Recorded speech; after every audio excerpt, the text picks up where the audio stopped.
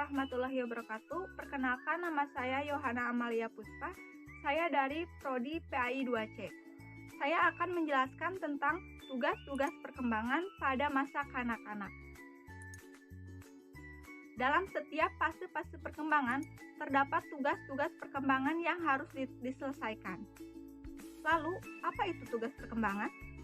Menurut Hafighurst pada tahun 1961, tugas perkembangan dapat diartikan sebagai tugas yang muncul pada periode waktu tertentu dalam rentang kehidupan individu, yang apabila tugas itu dapat dituntaskan, maka akan membawa kebahagiaan dan kesuksesan dalam menuntaskan tugas-tugas selanjutnya.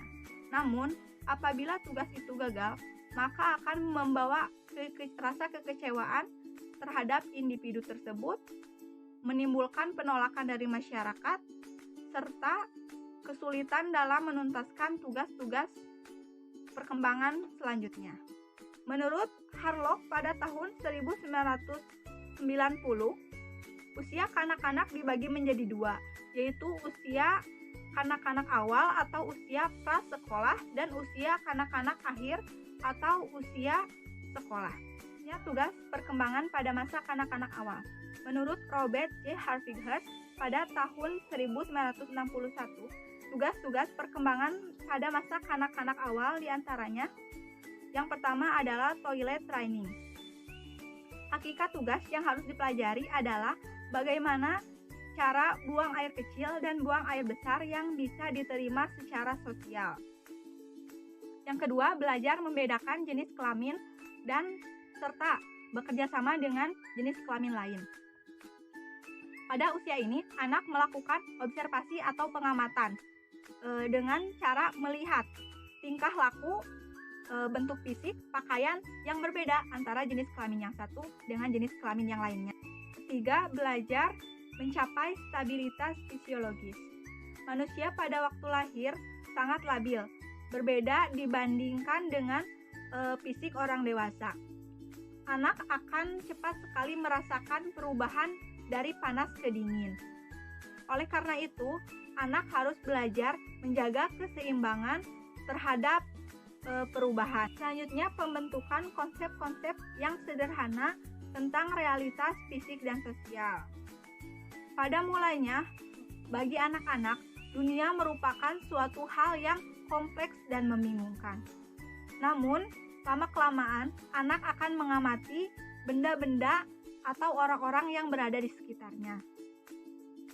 Pada tahap yang selanjutnya, anak akan dapat menemukan keteraturan dan dapat mengelompokkan antara benda-benda yang berbeda tetapi mempunyai ciri-ciri yang sama. Selanjutnya, belajar kontak perasaan dengan orang tua, keluarga, atau orang lain. Anak mengadakan hubungan dengan orang-orang di sekitarnya dengan berbagai cara, seperti isyarat, menirukan, atau dengan menggunakan bahasa. Cara yang diperoleh anak dalam mengadakan hubungan emosional dengan orang lain sedikit banyaknya akan mempengaruhi perilaku anak di masa depan. Apakah ia bersifat bersahabat, bersikap dingin, introvert, extrovert, atau sebagainya. Misalnya, apabila anak mempunyai hubungan yang ramah dan menyenangkan dengan orang tuanya, anak cenderung akan berperilaku ramah dan ceria. Yang terakhir, belajar membedakan baik dan buruk serta mengembangkan kata hati. Anak kecil dikuasai oleh hedonisme naif, di mana mereka menganggap bahwa kenikmatan adalah hal yang baik dan penderitaan adalah hal yang buruk. Anak kecil mengenal pengertian baik dan buruk dari pendidikan yang diperolehnya.